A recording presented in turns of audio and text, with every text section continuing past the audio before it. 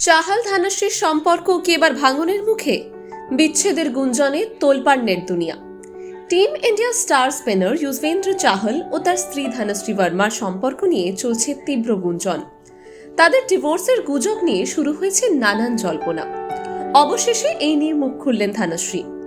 ইনস্টাগ্রামে পোস্ট করে তিনি লেখেন, গত কয়েকটা দিন আমার এবং আমার পরিবারের জন্য ভীষণ কঠিন ছিল। যা সবচেয়ে কষ্টের তা হলো কোনো প্রমাণ ছাড়া মিথ্যে লেখা ও ট্রোলদের ঘৃণা ছড়ানো। অনেক বছর ধরে আমি পরিশ্রম করে নিজের নাম এবং সম্মান তৈরি করেছি। আমার নীরবতা দুর্বলতা নয়, বরং শক্তির পরিচয়।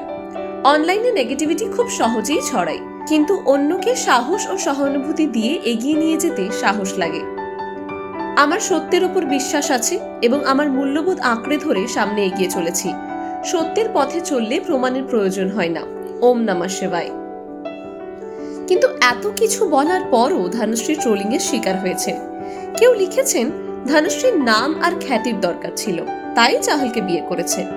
আরেকজন লিখেছেন, চাহলের ক্রিকেটের ক্যারিয়ার শেষ করে তার অর্থ উপভোগ করছে, দামি জিনিস কিনছে, বিদেশে ঘুরছে আর নতুন পরিচিতি পেয়েছে।